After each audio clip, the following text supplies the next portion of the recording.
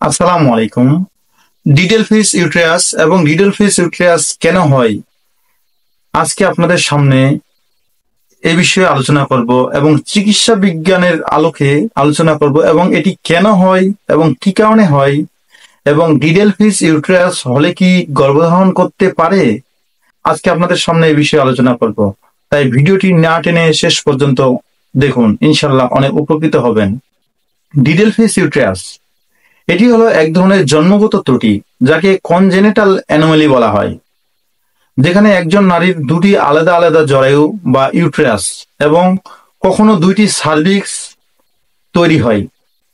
অনেক সময় এর সাথে যৌনাঙ্গের পরিবর্তন থাকে, যেমন যোনি বা ভ্যাজাইনা দ্বিখণ্ডিত হতে পারে, যাকে ডাবল ভ্যাজাইনা বলা হয়। এটি হয় এমব্রায়োনিক ডেভেলপমেন্ট এর সময়, যখন মেয়েদের মুলেরিয়ান ডাক্ট নামক দুটি টিস্যু একত্র হয়ে একটি সাধারণ জরায়ু গঠনের কথা ছিল, কিন্তু যদি সেই দুটি টিস্যু সঠিকভাবে না মেলে তাহলে এ দুটি পৃথক জরায়ু তৈরি হয়ে যায়।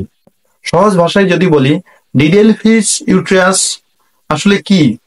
ডিডেলফিশ ইউটেরাস হলো দুটি জরায়ু থাকে, আলাদা করে দুটি সার্ভিক্স থাকতে পারে, যোনির মধ্যে বিভাজন থাকতে পারে, যাকে বলা হয় ভ্যাজাইনাল সেপ্টাল।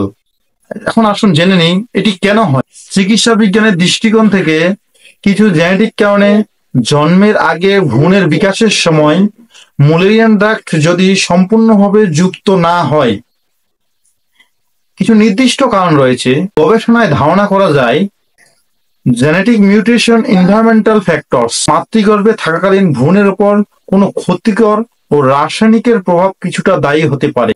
কিছু ফ্যামিলিগত ট্রেন্ড কোনো পরিবারে দেখা গেছে, তাই পারিবারিক বা জেনেটিক রিস্ক ফ্যাক্টর থাকতে পারে। ডিডেলফিশ ইউটেরাস এই সমস্যা হলে কি গর্ভধারণ সমস্যা হয়? হ্যাঁ, কিছুটা ঝুঁকি থাকে, তবে সবসময় গর্ভধারণ অসম্ভব হয় না। ডিডেলফিশ ইউটেরাস হলে কি প্রভাব ফেলতে পারে? প্রসবকালীন সময়ে কি কি প্রভাব পড়তে পারে?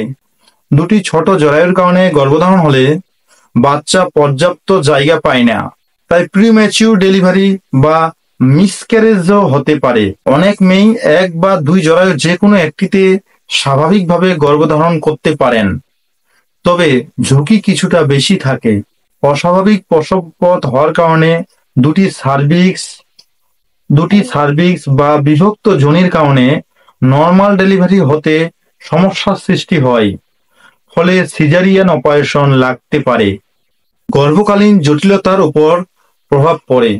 বাচ্চার অবস্থান, ব্রিজ পজিশন, প্লাসেন্টার সমস্যা ইত্যাদি ঝুঁকি অনেক বেশি থাকে। কিন্তু সুখবর হলো, অনেক মেয়ে যথেষ্ট মনিটরিং আর সঠিক চিকিৎসার মাধ্যমে সুস্থভাবে বাচ্চা জন্ম দিতে পারেন। চিকিৎসা পদ্ধতি কি হবে? যদি গর্ভধারণের সমস্যা না হয় তবে সাধারণত কোনো চিকিৎসা লাগে না।